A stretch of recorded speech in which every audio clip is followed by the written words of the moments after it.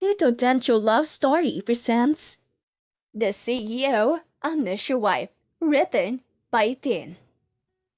Nay! Tay! Narito po kami! Sigaw ni Catherine sa labas ng bahay ng kanyang mga magulang sa probinsya. Kasama niya ang kanyang asawang si Isaiah. Kabababa lang nila sa kanilang sasakyan dahil sila'y galing Maynila. Kumatok sila at agad namang bumukas ang pintuan. Oh, Catherine, Asaya, narito pala kayo. Bakit naman di nyo kami sinabihan nung nakapaghanda ako ng lulutuin? Bungad ng kanyang inang si Matilda. Nasa tabi naman nito ang ama niyang si Alfred. Agaran silang lumapit sa mga ito upang magmano. Ayos lang po, Nay.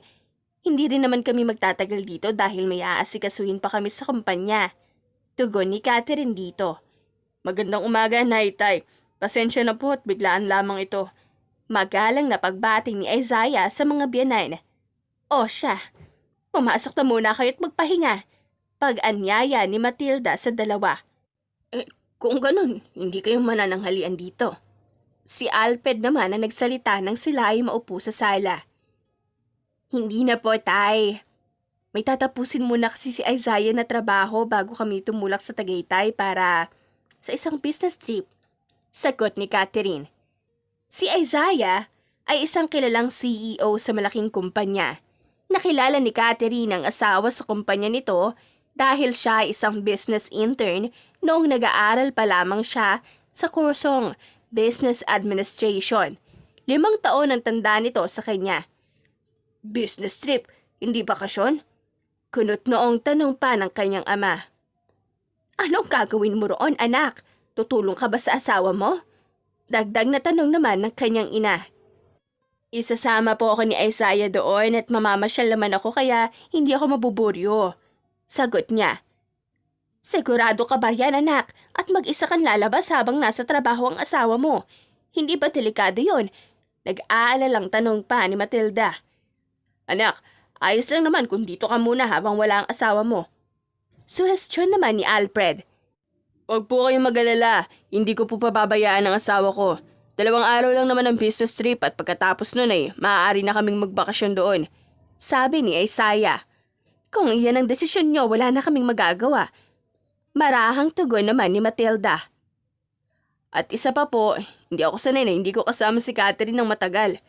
Medyo nahihiyang dagdag pa ng lalaki. Sinasabi ko na nga ba't iyan ang dahilan? Ganyan din kami ng tatay niyo noong kami ay bagong kasal pa lamang. Kinikilig na sambit ng babae. Nanay, nahihiyang suway naman ni Catherine sa ina na ikinahalakhak ni Isaiah. Habang si Alfred naman ay tahimik at malalim ang iniisip. Napansin niyo ni Catherine, kaya bahagya siyang lumapit dito. Nako, huwag kang mahiya, Catherine. Normal lang yan sa mag-aasawa dahil palatandaan niya na mahal niyo talaga ang isa't isa. Natutuwang pagpapatuloy pa ni Matilda. Nay, tama na po. Nahihiya na ang asawa ko. Natatawang saad naman ng kanyang asawa kaya natawa na lang rin siya. O siya, dito muna kayo at kukunin ko lang ang niluto kong banana cue para makapagmerienda kayo bago umalis. Sabi ng kanyang ina bago nagtungo sa kusina. Tumayo si Isaiah. Tutulungan ko lang si nanay. Paalam nito sa kanya. Sige. Tugon niya bago bumaling sa amang tahimik. Ayos lang po ba kayo, tatay? Mahina niyang tanong sa ama nang makaalis ang asawa. Iniisip lang kita, anak. Talaga bang hindi na kita mapipigilan? Baka kung ano mangyari sa'yo habang wala si Isaiah. Nag-aalalang sagot ng ama. Huwag po kayo mag-alala, tatay. Hindi naman ako papayagan na lalabas ng mag-isa. Mag-aalala rin yun. Mahal niya ako eh. Natatawang sagot naman niya. Samantalang nag-uusap naman sina Isaiah at Matilda habang inaayos ang pagkain. Mahal na mahal mo talaga ang anak ko, no? Hindi mo matiis. Talagang isasama mo pa sa trabaho. Malokong panimula ng kanyang biyanan. Sobrang mahal po, nanay. Sa sobrang pagmamahal ko, pinakasalan ko na para di makawala at makatakas. Nakangising tugon naman ni Isaiah.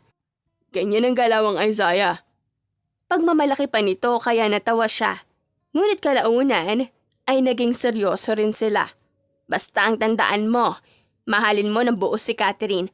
Kapag sinaktan mo yan ay talaga namang makakatikim ka ng itak ni Alfred. Pagbabanta ni Matilda sa kanya. Hindi ko naman po siya pinakasalan para lang saktan.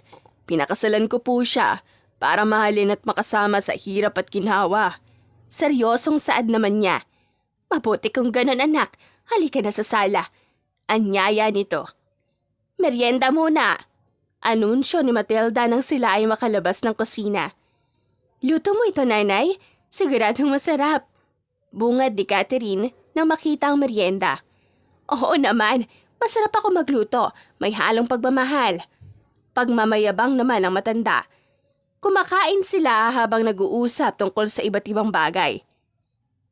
Ikaw, Catherine, hindi ka pa babuntis. Nako, 2 taon na kayong mag-asawa. Wala pa bang laman niyang tiyan mo? Ay saya, kailan niyo ba balak magkaroon ng anak? Pero sa bagay bata pa kayo, kaya sulitin niyo muna.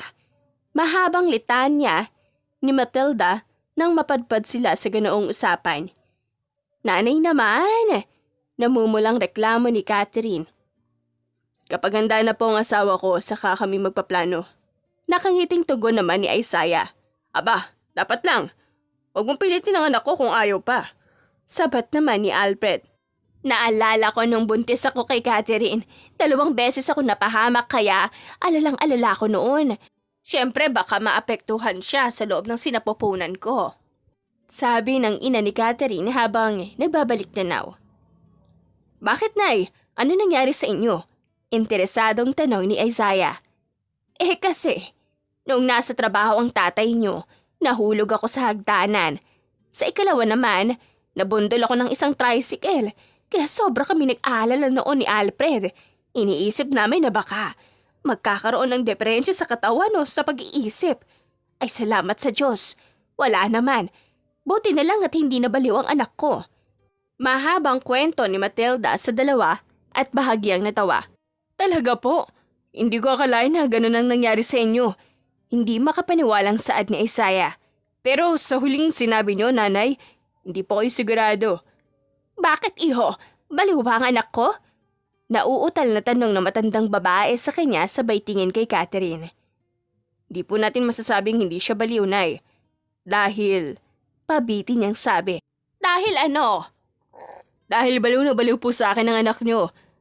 Mayabang na tugon naman niya kaya sinamaan nila siya ng tingin. Talaga?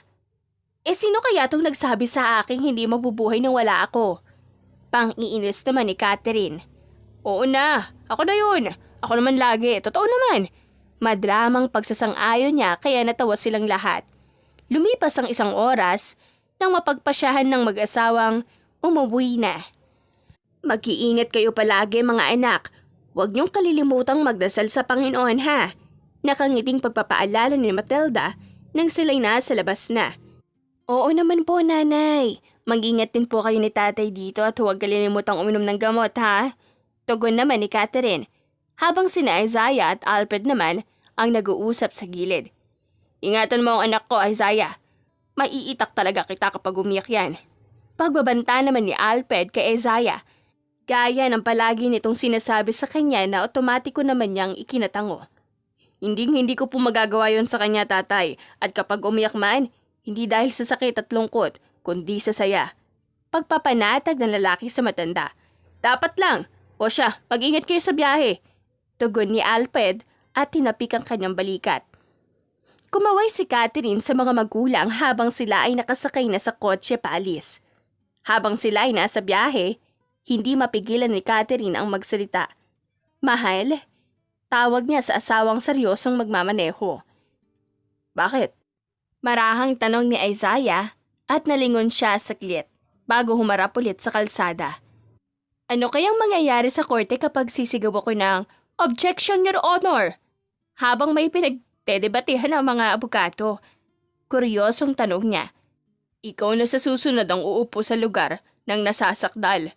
Pananakot ng kanyang asawa kaya nagtawanan sila. Dumiretso sila sa kanilang kumpanya para sa trabahong tatapusin bago umalis ulit sa Maynila.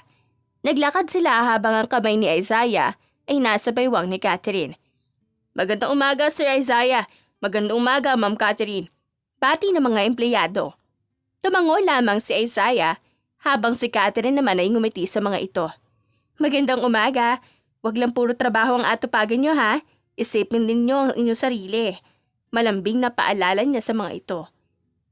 Ang bait talaga ni Ma'am. Bagi talaga sila ni Sir Isaiah. Si Sir ay masungit. Siya naman ay mabait. Komento pa ng isang empleyado. Hoy, ang tapang mo. Nariyan pa lang sila oh. Kung ikaw masasante, makikita mo. Bulong naman isang kasama kaya agad namang tumahimik ang nagsalita kanina. Natawa na lang si Catherine sa mga narinig. Tumingala siya at tiningnan ang reaksyon ng asawa, wala naman ekspresyon sa mukha. Masungit ka raw. Natatawang bulong niya kay Isaiah nang makapasok sila sa sarili nilang elevator. Nasa 14 na palapag ang opisina ni Isaiah. Mabait naman ako sa'yo. Inosenteng tugon nito sa kanya. Humagikik siya. Nang sila ay makapasok na sa opisina, nadatnan nila si Kaizen, kaibigan ni Isaiah, na kumakain sa ibinigay ng sekretarya ng asawa. Kaizen, hi! Bati ni Catherine sa lalaki. Hello, Catherine. Pakibati rin ng asawa mo para sa akin. Ang sama ko makatingin eh. Baka kung kausapin ko eh. Tumilapon ako bigla. Tumatawang pagbibiro nito. Napatingin siya sa asawang nakasimangot. Ano na naman ginagawa mo dito? Nanggugulo ka na naman. May sarili kang kumpanya, wag ka rito. Iritang bungad naman ni Isaiah sa kaibigan. Kumalma ka, dude. Bawal ba kitang mamiss? Binisita kita para lang makita ka. Ito ang ibubungad mo sa akin? Nag-iba ka na. Hindi na ikaw ang dating Isaiah na nakilala ko. Madramang sabi naman ito habang nagpapunas ng peking luha. Naiinis na binaton ni Isaiah si Kaizen ng ballpen habang ang kaibigan naman nito ay tumatawang umilag. Ang bakla mo, Katiri! Nandidiring sabi ng asawa. Mahina niyang sinapak ang braso nito. Ano ka ba, Isaiah? Hindi ka malang nagpasalamat at may nagpapahalaga pa rin sa'yo sa kabila ng iyong kasungitan. Sita niya rito. Humagalpak naman sa tawa si Kaizen. Tingnan mo, kumampi pa sa akin ng asawa mo. Ang pangit mo kasi kabanding. Ha? May sinasabi ka? Naiinis na panghahamon naman ni Isaiah dito. Habang nagbabangayan ang dalawa, lumabas si Catherine upang mautusan ng sekretarya ng asawa na kumuha ng panghapunan. Nang mamataan siya nito, ay agad itong tumayo. Lalaki ito at may katangkaran. Ano pong may paglilingkod ko, Mrs. Falcon? Magalang na tanong nito. Pwede ka bang kumuha ng pagkain namin? Isama mo na rin ang sayo. Marahang utos niya. Masusunod po, Mrs. Falcon. Tugon nito at bahagyang yumuko bago umalis. Naghintay siya ng 10 minuto roon sa labas ng opisina niyang asawa. Samantalang si Isaiah naman ay pumipirma sa mga papel na inaaprobahan niya habang ginugulo siya ni Kaizen. Bagal sumagot. Naiinis na bulong ni Kaizen na narinig naman ni Isaiah kaya napatingin siya rito. Sino yan? Tanong niya habang abala ang kaibigan sa pagpipindot nito sa cellphone. Girlfriend ko. 30 minutos lang ang pagpaalam sa akin. Umabot na ng 1 oras. Pagmamaktol nito. Nanlalala ka yan. Walang kwentang sabi niya na ikinasama na tingin ni Kaizen sa kanya. Hindi siya ganon. Pero naiinip na ako. Ang bagal niyang sumagot sa tawag ko. Palagi naman. Baka hiningian na ng numero at abala na yun dahil textmate na sila. Pagpapatuloy niya sa pangbubuisit sa kaibigan. Napangisi siya nang makitang lalong sumimangot ang kaibigan. Numero ko lang ang naroon sa contact list niya. Tinitignan ko naman yun kapag magkasama kami. Pakikipagtalo pa nito. Sus, baka may maryado na ang numero ng lalaki. Kapag magkasama kayo, binubura niya lang dahil alam niyo titignan mo ang laman ng cellphone. Tapos ibabalik din kapag wala ka na. Pangiinis pa ni Isaiah. Gago, hindi ka nakakatulong. Naiiritang reklamo nito. Masaya ba? Masaya bang mambad trip? Ganyan ang nararamdaman ko pag binubwisit mo ko. Ngayon, alam mo na, lintik lang ang walang ganti. Humalakhak na sabi niya. Napalingon silang dalawa sa pintuan nang bumukas iyon at pumasok si Catherine at may hawak na mga malalaking plato. Kasama ang kanyang lalaking sekretarya habang hawak naman nito ang 3 lalagyan ng pagkain. Agaran siyang tumayo at kinuha ang hawak na kanyang asawa. Kumain muna tayo, sabi ni Catherine habang tinutulungan siya nitong mag-ayos ng mga pagkain sa katabi ng kanyang lamesa. Abay oo naman, nakakahiya naman tanggihan ng grasya. Natutuwang sabi ni Kaizen. Ang sabihin mo, buraot ka lang talaga. Pambabara naman ni Isaiah. Catherine inaaway na naman ako na Isaiah. Nakangusong sumbong ng lalaki. Sinama ni Catherine si Isaiah ng tingin, kaya umamo ang kanyang muka. Magtigil ka nga, Isaiah. Palagi mo nalang kinakawawa ang kaibigan mo. Pagsisita nito sa kanya. I'm sorry. Marahang paumanhin niya sa asawa. Sabihin mo yan kay Kaizen. Utos nito na ikinasamangot niya. Tumawa si Kaizen. Oh, ano pang hinihintay mo? Mag-sorry ka na sa akin. Pang-iinis naman ngayon ni Kaizen sa kanya. Tss, parang bata. Naiilig ng bulong na lamang. Nang sila ay kumakain, nagsusubuan ng mag-asawa. Nilalagyan ni Isaiah ang plato ni Catherine ng paborito nitong adobong manok kapag paubos na.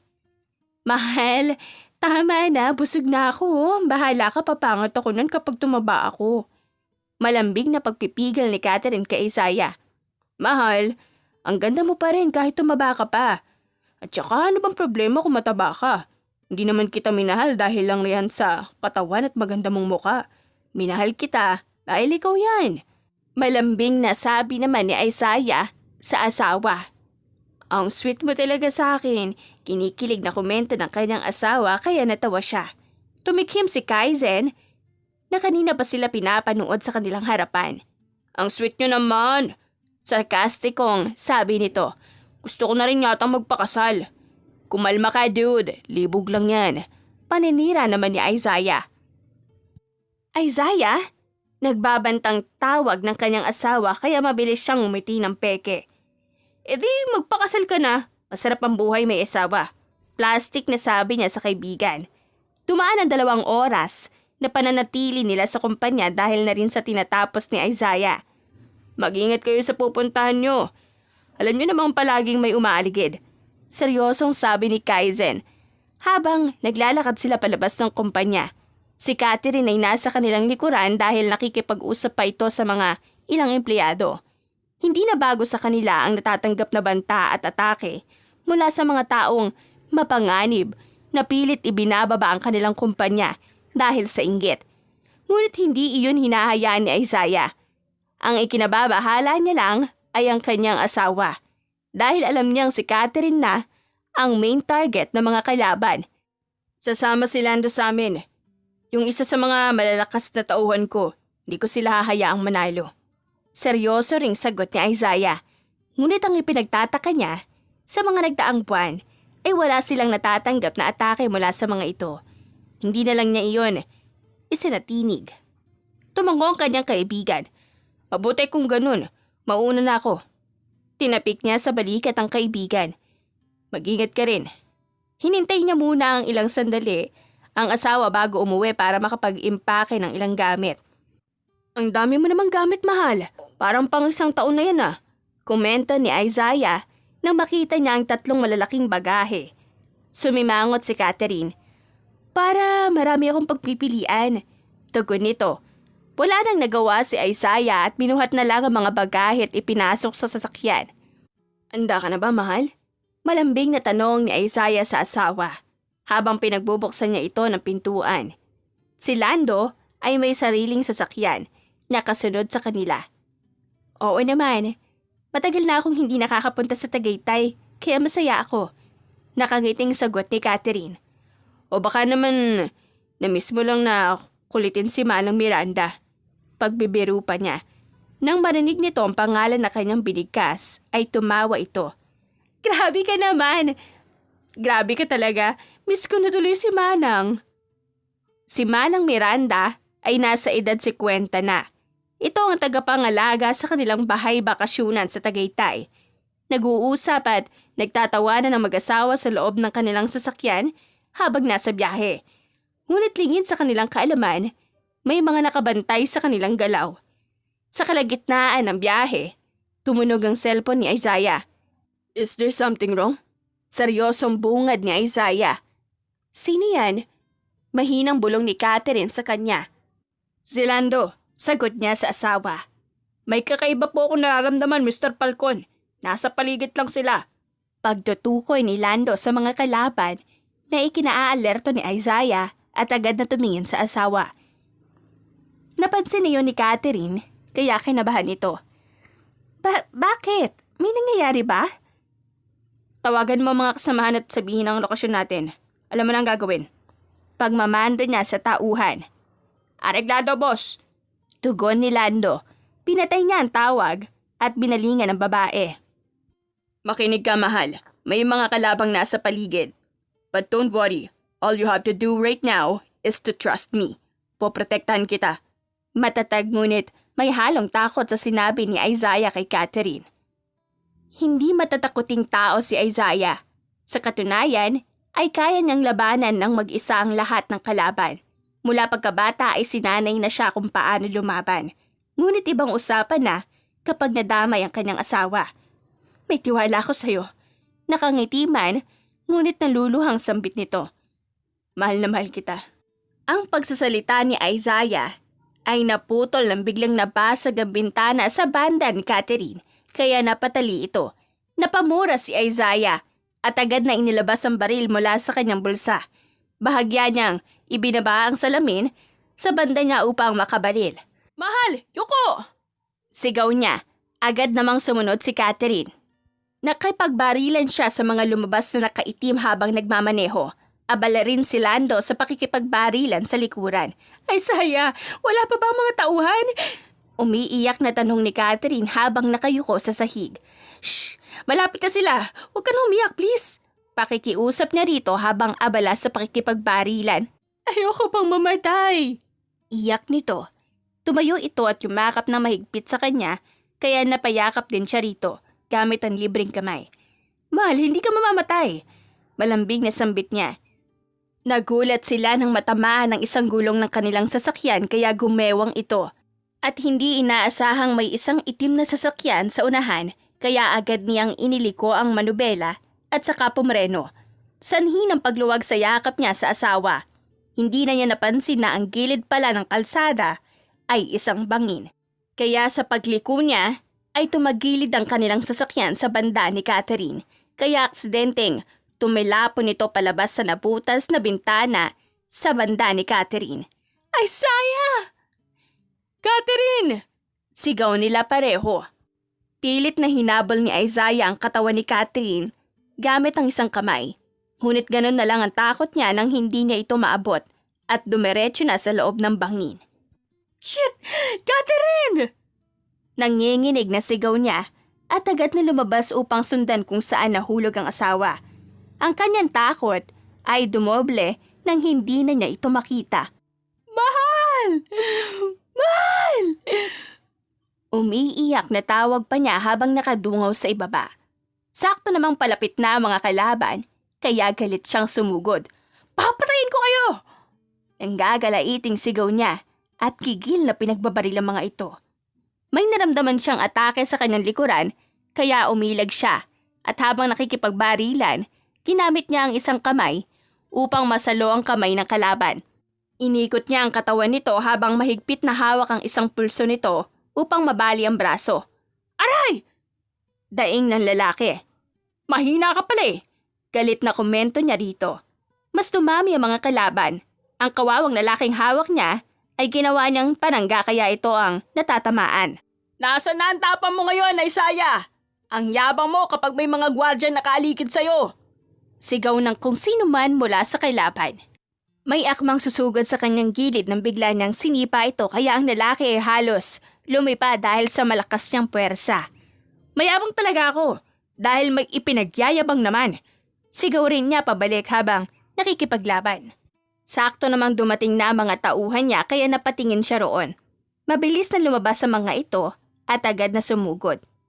Patay tayo nito, ang dami nila! Naalarmang sigaw ng isa sa mga kalaban. Dahil sa mabilis na pangyayari, hindi na napansin ni Isaiah ang balang paparating. Mr. Parcon! Sa likod!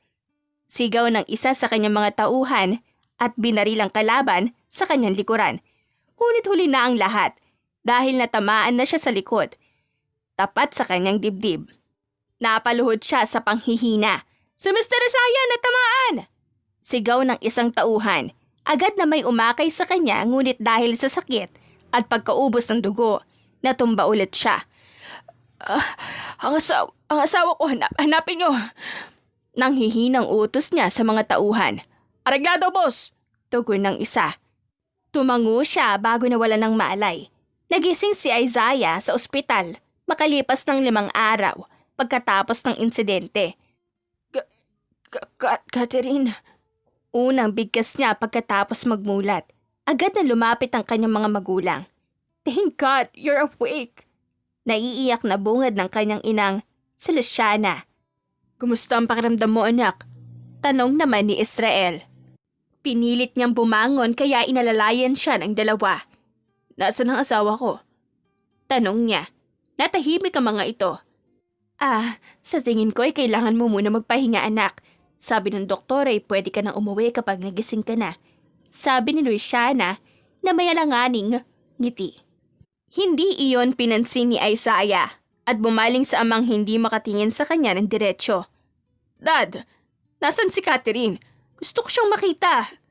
Magsasalita pa sana si Israel nang biglang bumukas ang pintuan at pumasok doon ang mga magulang ni Catherine. Kinutuban siya nang makita ang galit na mukha ni Alfred. Apat gising na ang tarantado. Sigaw nito at mabilis na lumakad papunta sa kanya.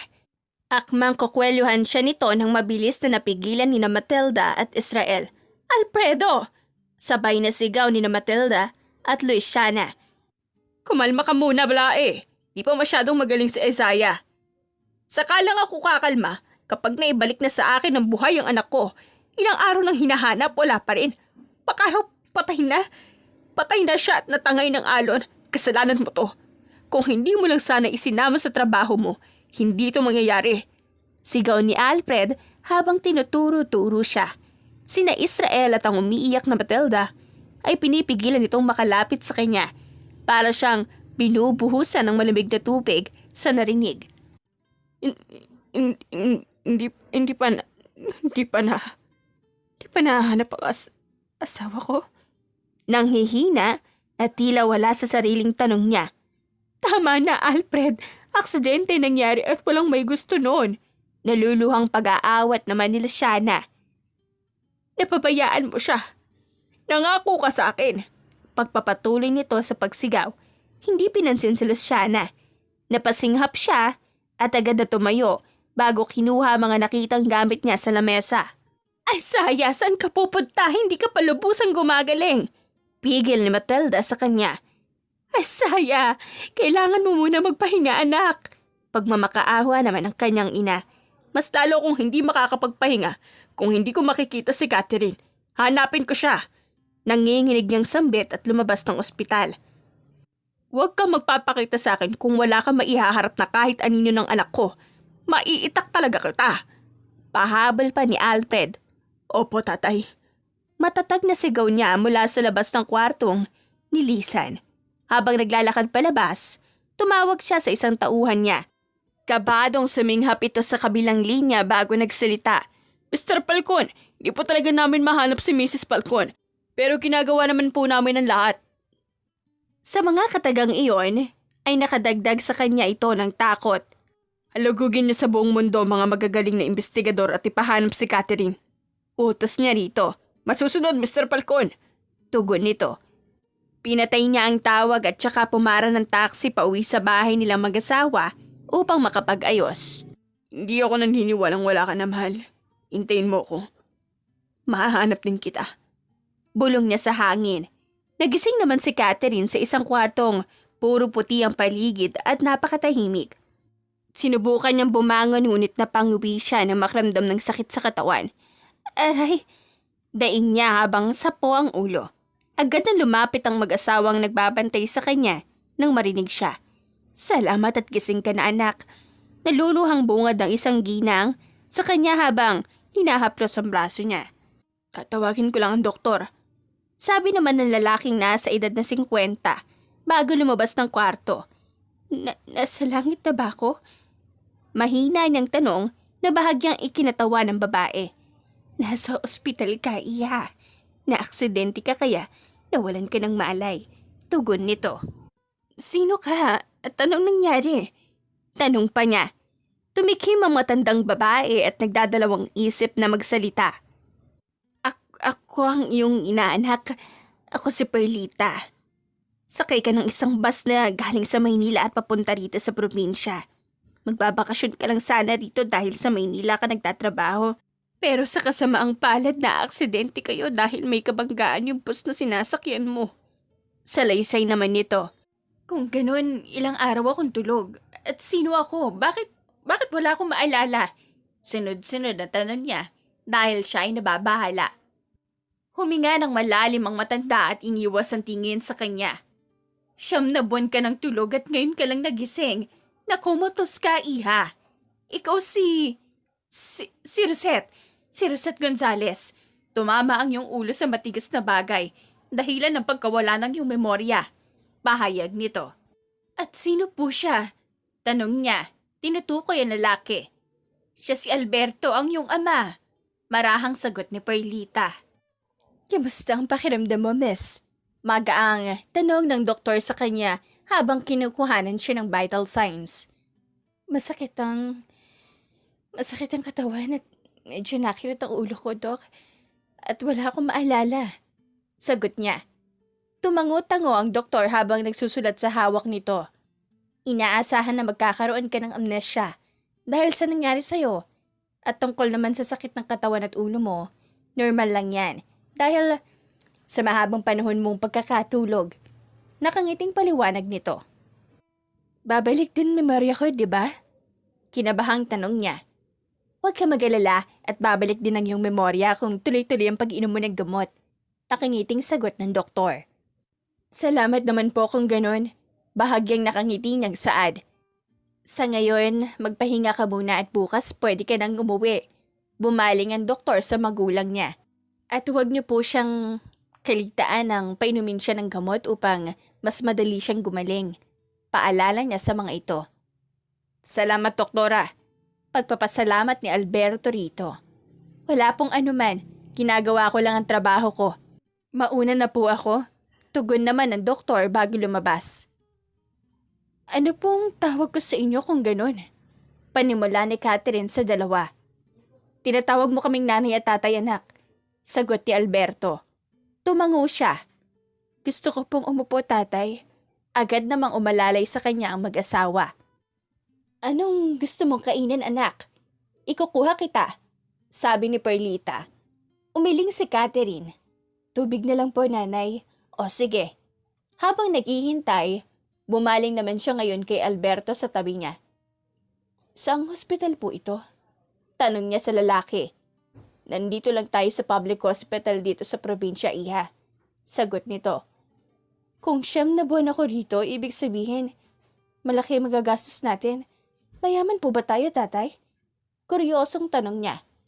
Natigilan ng matanda, ngunit kalaunan ay alanganin ang natawa. Hindi tayo mayaman, Rosette. Simple lang ang buhay ng mayroon tayo rito sa probinsya. Ngunit dahil sa kasipagan natin sa pagtatrabaho, nakakaipon naman tayo kahit papano. Marahang sagot ng lalaki. Tumango-tango siya. Ano pa ang trabaho ko sa Maynila? Nag-isip saglit si Alberto na parang may inaalala. Nagtatrabaho ka bilang sekretarya sa isang kumpanya. Nalaman ng amo mo yung nangyari sa'yo dahil tumawag kami sa kanya noon. Walang kasiguraduhan kung mabubuhay ka dahil malala ang nangyari sa'yo. Kaya tumanggap ulit siya ng panibagong sekretarya. Ganun po ba? Magpahinga ka muna ngayon at uuwi na tayo bukas sa bahay. Saad ni Perlita nang makakuha ito ng tubig. Opo, nanay. Tugon ni Catherine. Uminom muna siya bago humiga ulit. Nagtataka siya dahil wala siyang kahit anong nararamdaman para sa mga nagpapakilalang magulang. Ngunit ipinagsawalang bahala niya iyon at inisip na baka dahil iyon sa pagkawala ng kanyang memorya. Lumipas ang 1 taon, hindi pa rin nawawala ng pag-asa si Isaiah sa paghahanap ng kanyang asawa.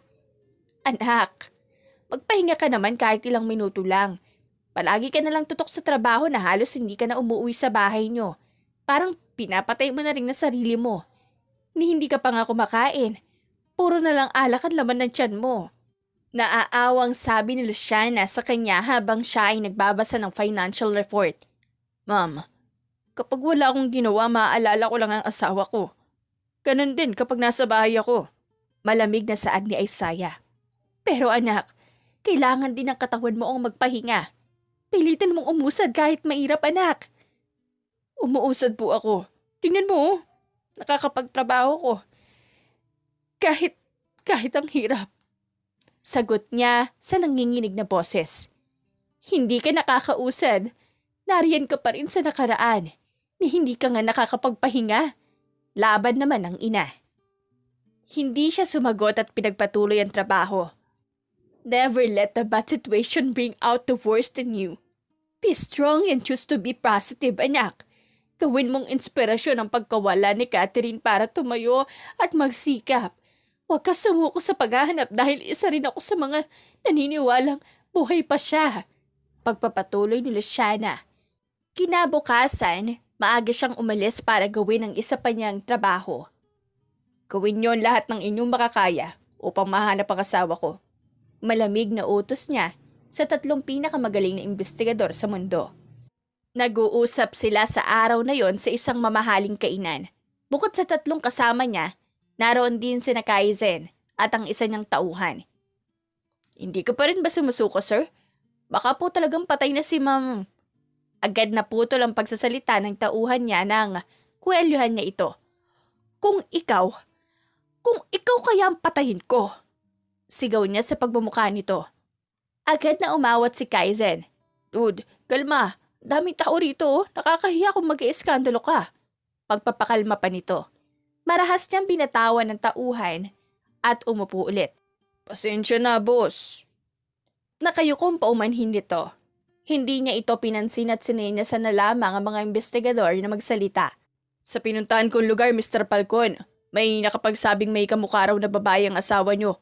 Pero ang pinagkaiba, mahaba ang buhok ni Ma'am Catherine sa larawan, habang ang babae naman sa probinsyang yun, may hanggang balikat na buhok lamang. Siya si Rosette Gonzales, report ng isang investigador sa kanya. Agad na nakuha iyon ng kanyang atensyon. May larawan ka ba sa babae? Kinakabahang tanong niya rito. Tumango ang investigador at ipinakita sa kanya ang larawan. Patago ko lang yan nakuha, sir, kaya hindi masyadong maayos. At nang makita niya ang larawan, ay naiyak siya. Kalahati lamang na mukha nito ang kita dahil nakatagilid, pero sigurado siyang iyon na ang asawa niya. Nakisilip din si Kaizen at napasinghap. Hala, Gagi, si Catherine na ba yan? Hysterical tanong nito habang sa po ang bibig na tila'y naiiyak na. Sinamaan niya ito ng tingin kaya napaayos ulit ng upo. Parang mas grabe ka pa sa akin kung makareact ha. Asawa mo? Sarkastikong punan niya. Sabi ko nga. Sabi na lang nito. Binalingan niya ang tauhan sa tabi niya. Ihanda ang chopper. Lilipad tayo ron. Ngayon din. Utos niya na sinunod agad nito. Pero ang sabi naman ng mga tao ron, sir, wala raw pinakilala na asawa.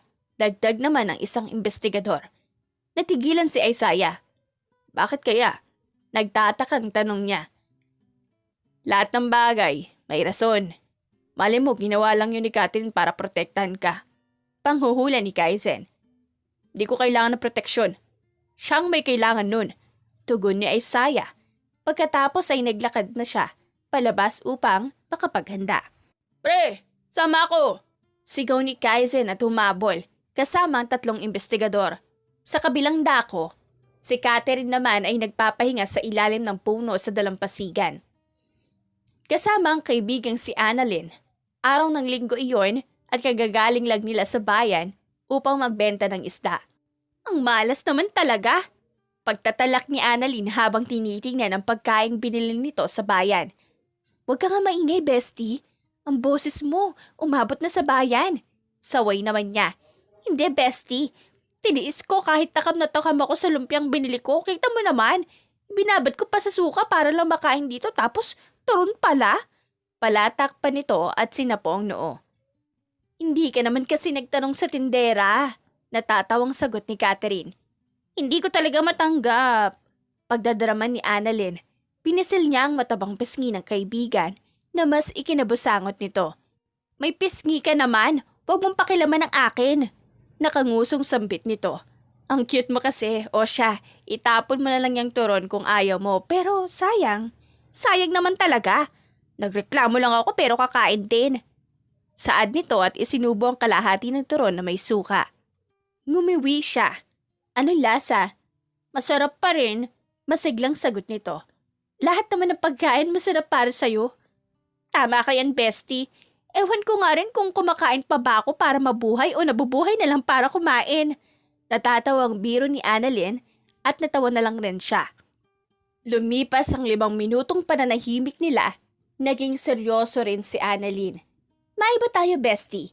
Hindi ba sumasakit ang ulo mo? Hindi ba ganun naman kung may amnesia ang isang tao? Seryosong tanong, bigla ng kaibigan. Hindi naman masyado, medyo sumasakit lang kapag nagigising ako mula sa panaginip. Sagot niya. Hala, baka hindi lang basta panaginip yun, bestie. Baka alaala mo. Sigaw ng kaibigan sa kanya, kaya napatakip siya ng tenga. Bestie, wag mong kalilimutang magkatabilan tayo kaya huwag ka sumigaw. Paalala niya. Sorry, pero anong laman ng panaginip mo? May gwapong mayaman ka kayang boyfriend doon? Kuryosong tanong ulit nito. Gumuwi siya. Yun na nga ang problema. Palaging lalaki ang napapaniginipan ko pero wala naman muka. Kapag naman pinipilit kong makaalala, sumasakit yung ulo ko.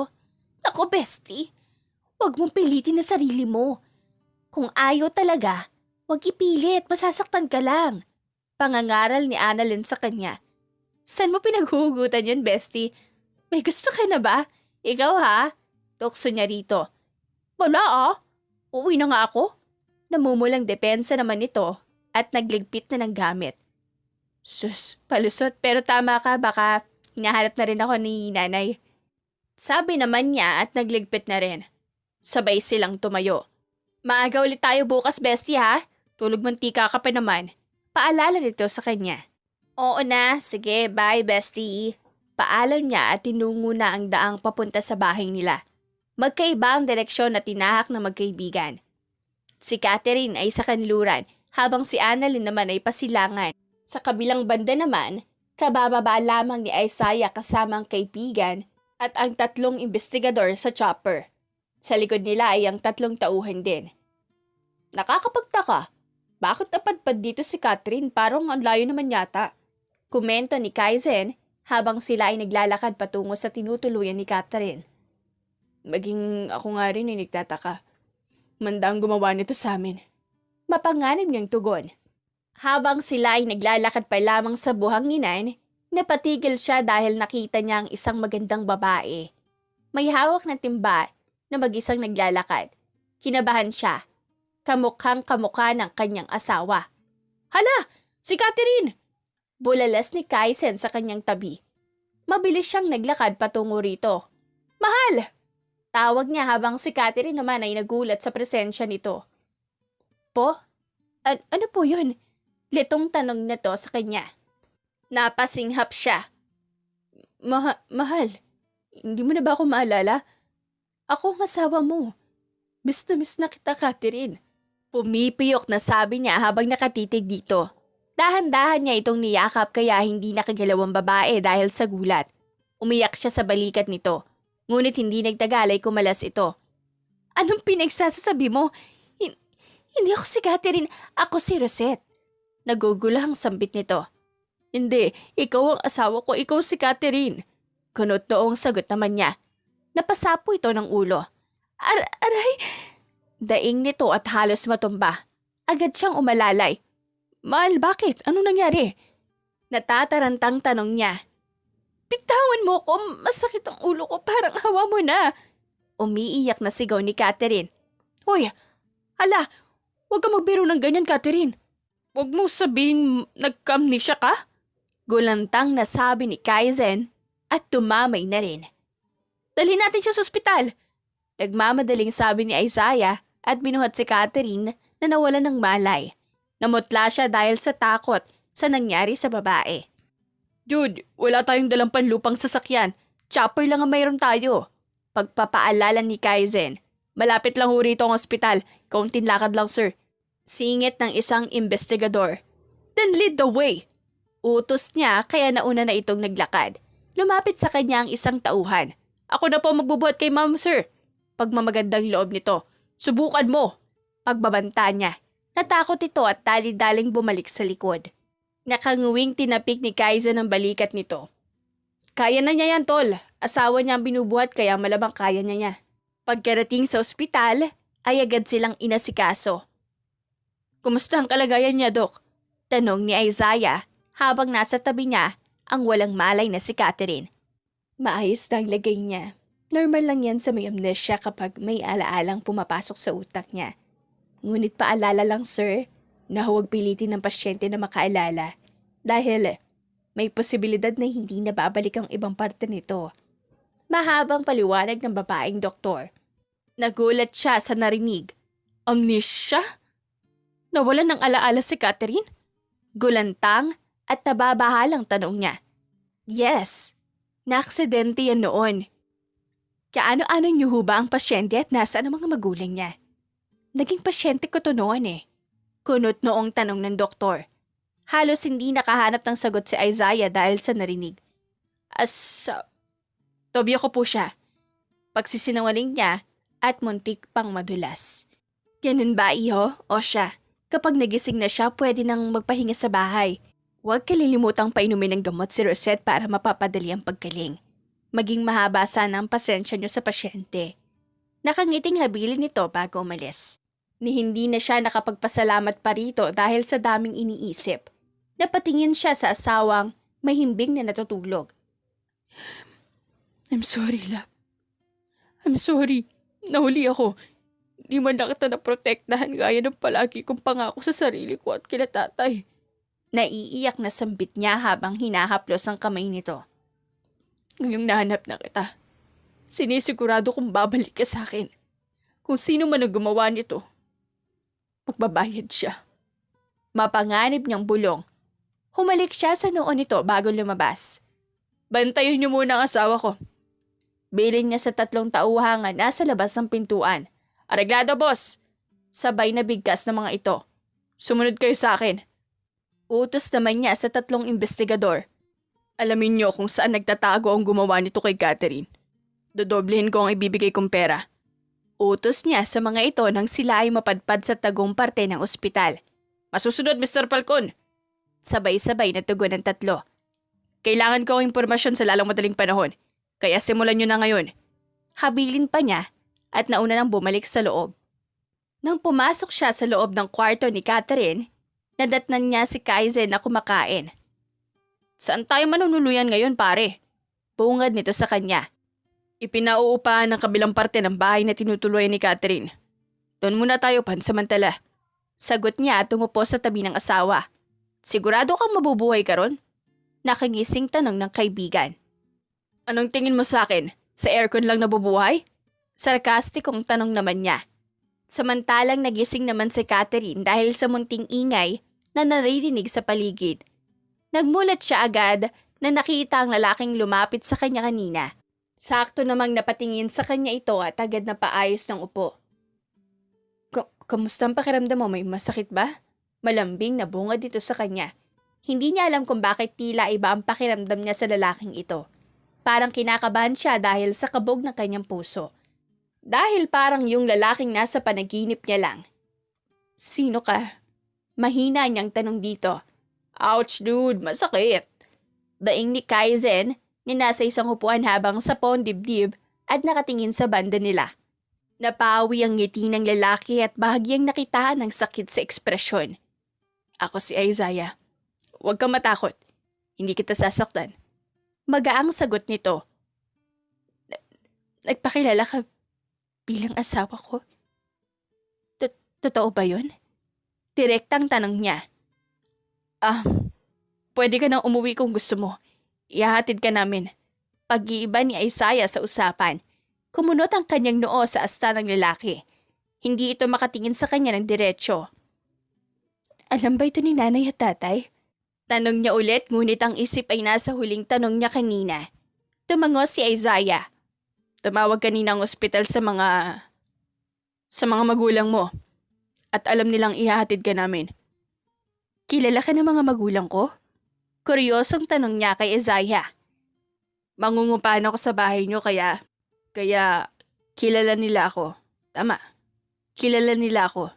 Nakangiting tugon nito.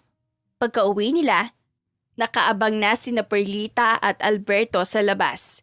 Naku, ano bang nangyari sa iyong bata ka? Ayos ka na ba? Nag-aalalang bungad ni Perlita. Ayos na po ako, Nay. Bahagya lamang na sumakit yung ulo ko. Pagpapanatag niya sa matanda. Magpahinga ka muna sa loob, iha. Nakangiting singit naman ni Alberto. Opo, tatay. Tugon niya bago sumulyap sa lalaking seryosong nakamasid sa kanila. Ang mukha ay may halong galit. Salamat sa paghatid, Isaiah. Pagpapasalamat niya rito. Walang anuman. Malambot naman itong tugon. Dumiretso siya sa kanyang silid at nagpahinga. Naiwan sina Isaiah at Kaizen kasama ang mag-asawang kinikilalang magulang ni Catherine. Dito ang tutuluyan nyo. 2 kwarto ang narito. Sakto sa inyong 2. Pagdedetalye ni Perlita habang nasa loob sila ng kanyang upahan. Wala po bang gym dito? Inosenteng tanong ni Kaizen sa mag-asawa. Gym? Yung lugar kung saan ba nag-eehersisyo ang mga tao? Tanong naman ni Alberto. Tumango ang kanyang kaibigan. Opo. Kaizen, hindi ito kondo o penthouse. Paalala niya rito. Oo nga pala. Nakangiwing sagot ni Kaizen. O siya. Tawagan niyo lang kami kung may kailangan kayo. Nasa kabilang kwarto lang kami. Magaang sabi ni Perlita sa kanila. Sandali. Pigil ni Isaiah sa 2. Ano yun, iho? Tanong ng babae. Sino nagbayad sa inyo? Seryosong tanong niya na ikinaputla ng mga ito. Anong pinagsasabi mo, iho? Kinakabahang tanong ni Perlita. Hindi namin alam ang sinasabi mo. Depensa naman ni Alberto. Gumisi siya ng nakakaloko. Ang akala niyo siguro, maloloka niyo ako. Asawa ko na ang tinatago niyo. Mabilis na lumuhod ang babae. Patawarin mo na sana kami, sir.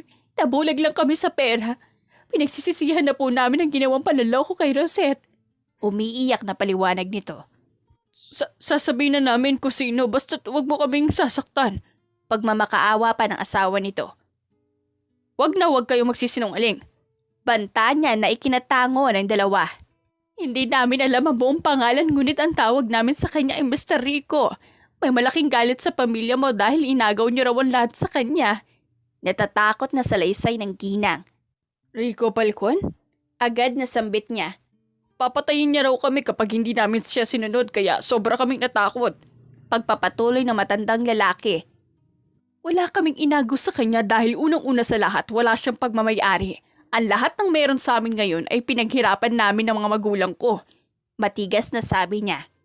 Wow, inggitero pala tito mo, dude. Grabe, hindi niya alam yung kasabihang pag-inggit, pikit. Namamanghang singit ni Kaizen. Si Rico Falcon ay rebeldeng kapatid ng kanyang ama. Si Israel ang matalino at mas responsable sa magkapatid kaya sa kanyang ama ipinamana ang kumpanya. Ngunit hindi naman inako lahat iyon ni Israel. At binigyan ng mataas na posisyon si Rico ngunit dahil sa galit at inggit, nagpakalayo-layo ito. Tumayo ka. May respeto pa rin ako sa'yo dahil tinuturing ka ng ina ng asawa ko. Utos niya sa ginang. Pasensya na po sa nagawa namin, Mr. Falcon. Hayaan mo kaming bumawi sa inyo. Sabi ni Alberto. Pagbibigyan ko kayo ngayon, ngunit sa oras na malaman ko na kumampi kayo sa taong yun, hindi niyo alam ang magagawa ko. Pagbabanta niya sa 2. Maraming salamat po. Wala kayong dapat na ikabahala dahil napamahal na kami kay Rosette. Balak pa nga naming sabihin sa kanya ang totoo.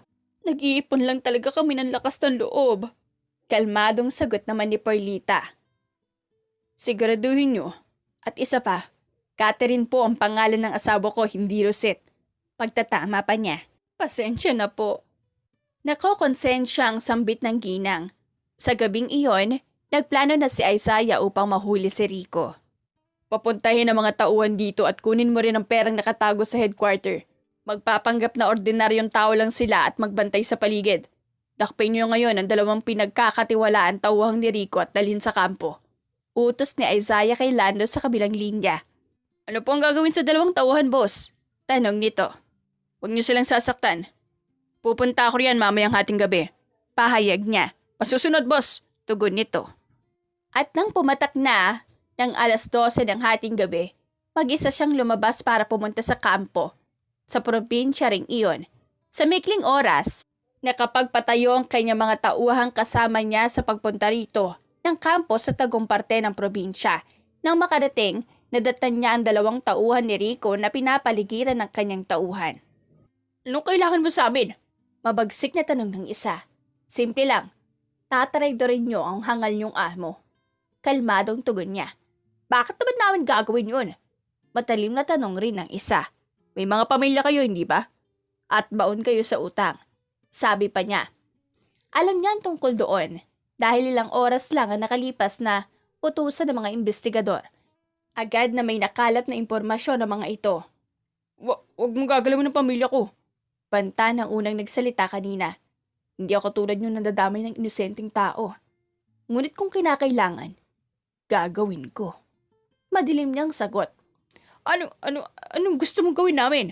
Takot na tanong ng isa. Napangisi siya. Nasabi ko na. Pagbalik nyo sa hideout nyo, umakto kayong parang walang nangyari. At kapag oras na ng labanan, kakampi kayo sa akin. Babayaran ko kayo. Triple. At sa oras na nagtaksil kayo sa akin, pasensyahan na. Banta pa niya. Basta wag mong gagalawin ng pamilya namin. Pakiusap ng mga ito. Sure. Nakailan daw ang pera. Kunin niyo sa kanya. Tugon niya at lumabas na para makauwi na. Kinabukasan, maagang nagising si Catherine upang magbenta sa bayan ng isdang nahuli ni Alberto. Mag-ingat ka, anak! Sigaw ni Perlita mula sa loob ng bahay. Opo, Nay! Sigaw niya pabalik. Naglalakad na siya patungong gate habang bitbit ang timbang naglalaman ng isda nang matanaw niya si Isaiah na tila'y hinihintay siya. Saan ka pupunta? Nakingiting bungad nito sa kanya. Sa palengke, magbibenta ng isda. Sagot niya. Tumango si Isaiah.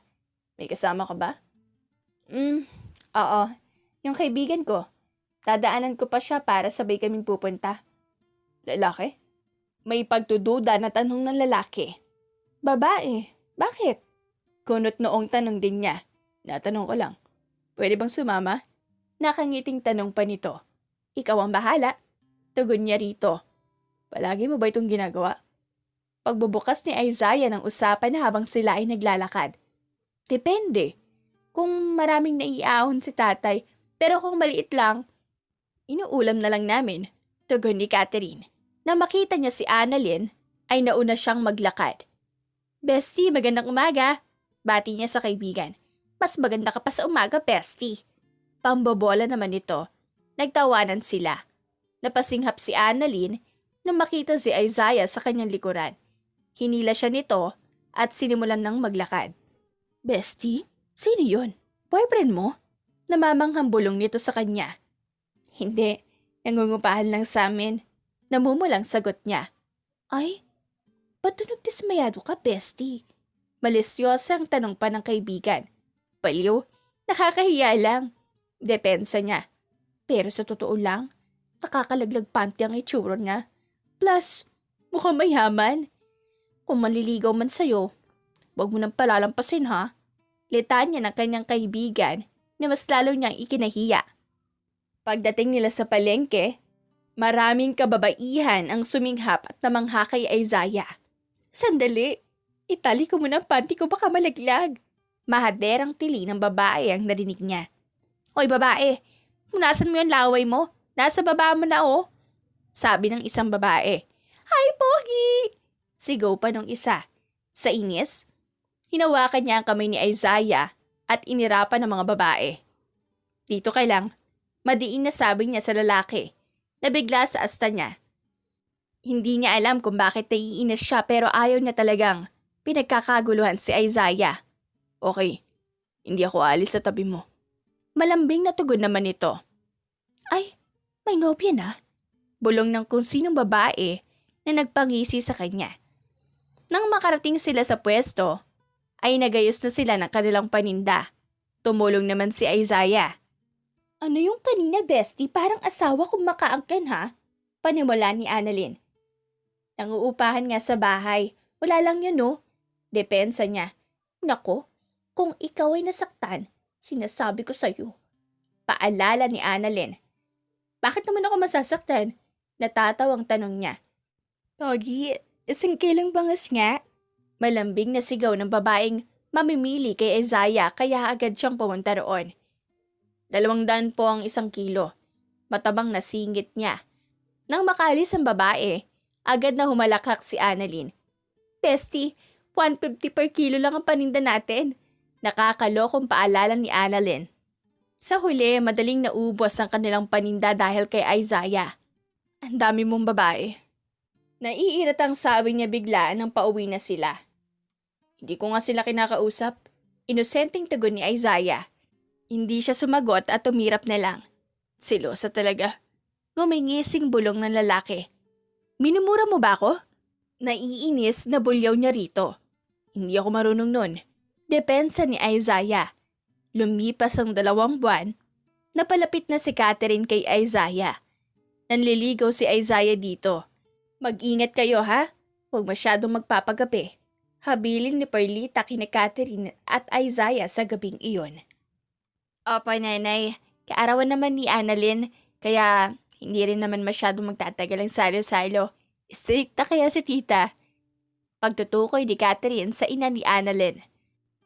Gabi kasi ang handaan kapag kaarawan ng kaibigan ni Catherine dahil 6:00 ng gabi ito ipinanganak. Maraming tao ba ang dadalo?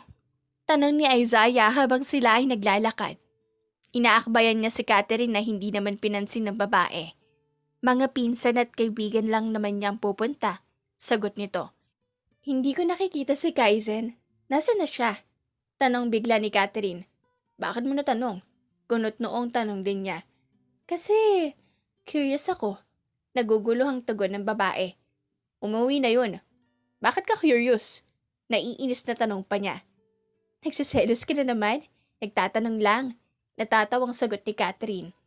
Nang sila ay makarating na, nakaabang naman si Annalyn sa gate ng bahay. Maligayang kaarawan, bestie! Bati ni Catherine at yumakap sa kaibigan. Happy birthday, Annalyn! Bati rin ni Isaiah. Maraming salamat. Tara, kumain muna kayo sa loob. Nagluto ko ng paborito mga adobong manok, bestie. Masayang sabi nito. Napangiti siya sa narinig. Kahit na wala man ang alaala ng asawa, hindi naman nalimutan ang paboritong ulam. Oy, Rosette! Walang kupas, ang ganda mo pa rin! Bati ng isang lalaki nang sila ay dumaan sa harap ng bahay. Agad naman siyang umakbay kay Catherine. Ay, sino yung gwapo? Nobyo mo, Rosette? Tanong naman ng isang babaeng naroon. Si Annalyn ang sumagot. Oo, kaya manahimik kayo, nakakahiya sa bisita. Dumiretso sila sa loob. Oh, nariyan na pala kayo. Rosette, kumain na muna kayo bago makihalubilo sa labas. Bungad ng ina ni Annalyn. Opo, tita. Tugon ng kanyang asawa. Nakakainis si nanay. Reklamo ni Annalyn nang sila ay kumakain na. Bakit na naman? Natatawang tanong ni Catherine. Kasi kaninang nalaman niyang boyfriend ko na yung maniligaw ko. Sinabihan akong bata pa raw ako tapos kanina naman 3:00. Nakatulog ako kasi nga puyat ako kagabi. Sinabihan ba naman akong ang tanda-tanda ko na para hindi alam mga magawaing bahay. Minsan talaga ang gulo ng ibang matatanda. Mahabang litanya nito. Tumawa si Catherine. Intindihan mo na lang si tita. Nag-aalala lang yan sa'yo. Naku, salamat na lang sa lahat. Nang matapos silang kumain, ay lumabas na sila. Ipakilala mo naman kami sa nobyo mo, Rosette. Saan mo nabingwit yan? Tumatawang bungad ng isang babae. Si Isaiah pala. Pagpapakilala ni Catherine. At hindi ko siya nabingwit. Siya ang nakabingwit sa akin. Nang hiyawan ng mga tao roon sa sinabi nito. Napangisi siya sa asawa. Kaya niyo yun! Kantsawan pa ng isang lalaki. Akmang uupo ang kanyang asawa sa tabi ng isang lalaki. Nang hinilan niya ito. Ano ba? Saan mo ko dadalhin? Angal ni Catherine habang hinihila niya ito paupo sa dalawang bakanting upuan. Matuto kang lumugar. Seryosong tugon niya. Bakit? Saan ba ako dapat? Kunot noong tanong nito nang makaupo na. Dito, sa tabi ko. Nakangusong sagot nga at tumabi rito. Ewan ko sa'yo. Sambit nito at umirap ngunit ngumiti rin. Isang oras pa ang lumipas nang pumatak ang malakas na ulan. Ang malas naman! Oo nga, malas naman ah. Grabe talaga. Bakit ngayon pa umulan? Sa loob tayo, dali. Anyaya ni Annalyn. Akmang papasok na rin si Catherine nang pigilan niya ito. Bakit? May problema ba? Nag-aalalang tanong nito. Lika, anyaya niya at hinila ang babae sa gitna ng ulan. Baliw ka ba? Ano ginagawa mo? Sigaw nito sa kanya. Inilagay niya ang kamay ng babae sa kanyang batok at humawak naman siya sa baywang nito. Isasayaw kita para makaalala ka. Para maalala mo ko. Bilang asawa mo. Paus niyang sabi at sinimulan ng igalawang paa. Anong pinagsasasabi mo? Mahina nitong tanong. Miss na kita, mahal. Bumalik ka na sa akin, please. Pakiusap niya sa basag na boses. Ilang saglit ay napatigal si Catherine at napasa po sa ulo. Mahal, masakit na naman ba ang ulo mo? Nag-aalalang tanong niya. Nagulat siya nang bigla itong umiyak at yumakap sa kanya ng mahigpit. Mahal, nakakaalala na ako. Nakakaalala na ako. Paulit-ulit na bulong ng babae sa kanya habang siya ay natulala. Naalala ko na ikaw yung lalaki sa panaginip ko. Naalala ko na sumayo rin tayo sa gitna ng ulan. Iyak pa nito. Naaalala mo na ako? Hindi makapaniwalang tanong ni Isaiah. Tumango ang babae habang yakap rin siya. Ikaw ang asawa ko. Naiiyak siyang yumakap pabalik. Ang saya-saya ko sa wakas. Salamat. Mahal na mahal kita. Mahal na mahal din kita, Isaiah. Naiiyak na tugon ng asawa. Umuwi silang basa ngunit masaya naman. Pwede bang dito muna ako matutulog ngayon? Parang hindi ko muna kayang harapin si nanay dahil alam kong nagsinungaling sila sa akin. Sabi ni Catherine nang nakabihis na ito at nakaupo sa kanyang kama. Sigurado ka ba, mahal? Ayos lang sa'yong magkatabi tayo? Panigurado naman niya. Kumunot ang noon nito. Oo naman, mag-asawa tayo. Anong mali doon? Kung komportable ka, ayos lang. Magpapaliwanag sila bukas. Sa ngayon magpahinga ka muna. Malambing na sabi ni Isaiah at humiga na. Ipinahiga na si Catherine sa kanyang tabi at niyakap. Sa wakas, makakatulog din ng mahimbing. Sambit niya nang yumakap ito pabalik. Nang maramdaman niyang tulog na si Catherine, dahan-dahan siyang bumangon para kunin ang cellphone niya. Lumabas siya at tinawagan ang binayaran niyang tauhan ni Rico. Anong balita? Bungad niya. Alam na nilang may nagmamanman sa kanila. Sinabi ni Mr. Rico na susugod kami bukas. Anong maaari namin gawin? Sabi nito sa kabilang linya. Siguraduhin yung nakalabas na ang lahat ng mga tauhan ni Rico sa hideout niya. At kayo na lamang natira. Doon niyo siya dakadakpin. At dalhin niyo sa akin. Hihintayin ko kayo sa tagong parte ng isla. Sabihin mo sa kasama mo. At huwag niyong subukang hindi sumunod sa plano. Madadamay talaga pamilya niyo. Habol niya pa. Susunod, Mr. Falcon. Tugon nito. Pinatay niya ang tawag bago pumasok muli. Humiga siya sa tabi ng asawa at yumakap dito bago natulog. Kinabukasan, maaga ring nagising si Catherine upang kumprontahin sina Perlita at Alberto. Kasama niya si Isaiah. Anak, nag-alala kami sa'yo. Mabuti sinabi sa akin agad ni Isaiah na doon ka sa kanya natulog. Bungad ni Perlita sa kanya, sa tabi nito ay si Alberto.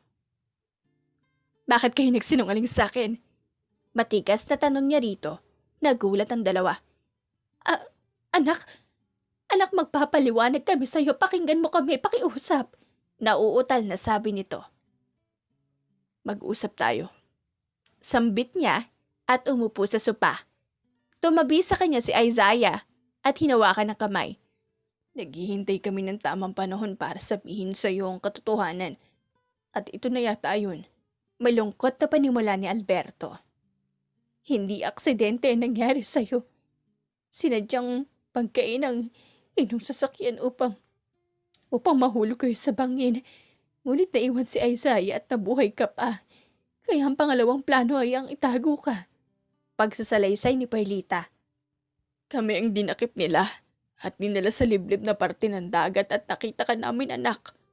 Naliligo ka sa sarili mong dugo. Kaya sobra kaming natakot nun. Pinantaan kami ng lalaki na kung hindi kami susunod sa gusto niya, papatayin niya ang asawa ko. Pinayaran kami upang magpanggap bilang mga magulang mo, anak. At sakto namang marami kaming utang noon. Nakayukong paliwanag ni Alberto. Kaya pasensya na, anak. Anak, kung nabulag kami sa pera. Naiiyak na dagdag ni Perlita. Halos hindi na rin siya makahinga sa paghikbi. Hindi man lang ba kayo na konsensya sa amin? I'm sorry, love. Naranasan mong ganito. Nasasaktang bulong ni Isaiah habang nakayakap sa kanya. Maiintindihan namin kung hindi mo kami mapapatawad, anak. Gusto lang naming malaman mo na nagsisisi kami. Saad ni Alberto. Kung ganun, sino ang taong nasa likod nito? Tanong ni Catherine. Si Rico Falcon. Sagot ni Perlita. Napasinghap siya at napatingin sa asawa. Ang tito mo? Natigil ang usapan nang tumawag si Lando sa cellphone ni Isaiah. Mr. Falcon, marami ng kalaban at baka maya-maya ay nariyan na ang iba. Bungad nito. Narinig yun ni Catherine, kaya bigla siyang kinabahan. Huwag kang pupunta, parang awa mo na. Pangungunan niya. Kailangan mo magtago, mahal. Sabi nito at bumaling sa mag-asawa. Dalhin niyo siya sa sinasabi kong sasakyan. Anong sasakyan at bakit kami lang? Hysterical na tanong niya habang hinahawakan na mahigpit ang braso nito. Babalik din ako, huwag kang mag-alala. Nakangiting sambit nito at hinalikan siya sa noo bago lumabas. Humabol siya ngunit napigilan siya ng mag-asawa. Isaiah, please bumalik ka dito. Pagmamakaawa niya. Anak, kumalma ka. Ngayon tatalunin ng asawa mo si Rico. Pagkatapos nun ay malaya na kayo kaya kailangan mong sumama sa sasakyan. Doon ka maghintay. Paliwanag ni Perlita sa kanya. Pero baka siya naman na mapahamak ngayon. Nag-aalalang sigaw niya. Magtiwala ka sa asawa mo. Singit ni Alberto. Nang sa wakas ay nakumbinsi na siya ay doon lang nakahinga ng maluwagang mag-asawa. Samantalang si Isaiah naman ay nasa tagong parte ng isla. Hinihintay ang kanyang tiyuhin. Ang mga tauhan ay nakikipagpatayan sa mga kalaban. Saan niyo ako dadalhin? Mga traidor kayo. Binabayaran ko kayo pero ganito ang sinukli niyo. Rinig niyang sigaw ni Rico sa di kalayuan. Napatingin siya sa banda roon at nakitang kinakaladkad dito ng dalawang tauhan nito na binayaran niya. Palabas ng sasakyan. Nakapiring ito habang kinakaladkad papunta sa kanya. Narito na pala ang pinakamamahal kong tiyuhin. Sarkastikong bungad niya at marahas na tinanggal ang piring sa mata nito. Isaiah? Namumutlang bigkas ni Rico. Ngumisi siya. Surprise? Anong ibig sabihin nito? Pakawalan mo ko! Sigaw nito at nagpumiglas. Nasaan ang tapang mo ngayon? Siguro lumipad na, papuntang ibang planeta. Pang-iinis niya.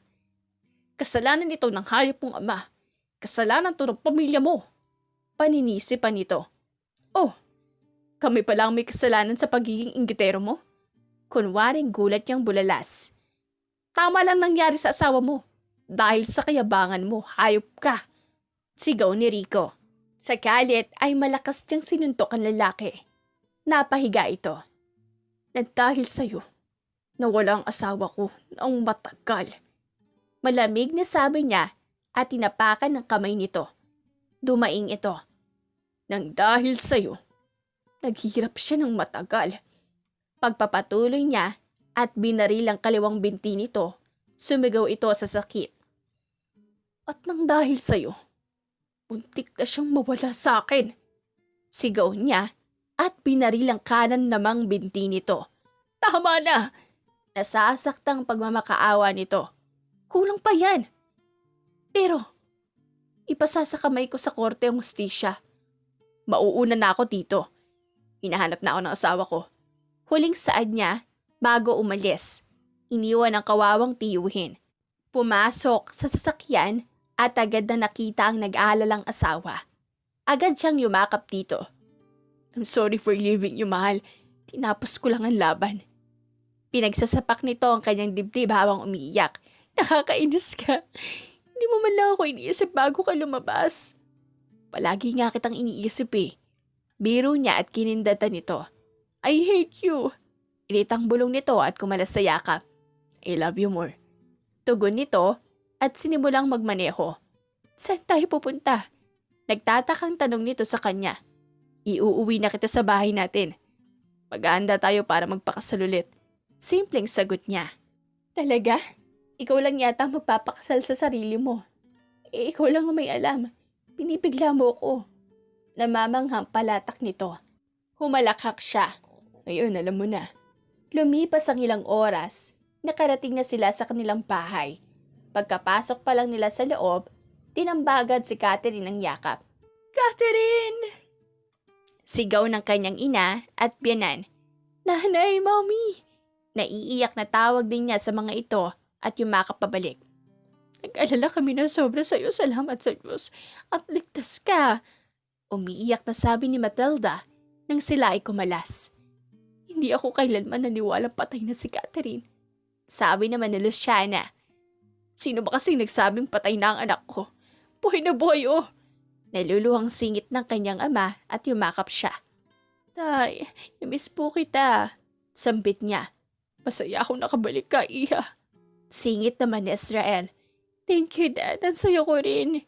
Nakangiting tugon niya at yumakap sa baywang ng asawa. Magpapakasal po kami ulit ni Catherine at bukas na agad yun. Anunsyo ni Isaiah na ikinagulat ng mga magulang nila. Kaya naman, wala silang sinayang na oras at naghanda na agad. Inimbitahan niya ang kaibigan at kinilalang mga magulang sa probinsyang iniwanan. Kinabukasan, maagang inayusan si Catherine kasama si Annalyn na kanyang bridesmaid.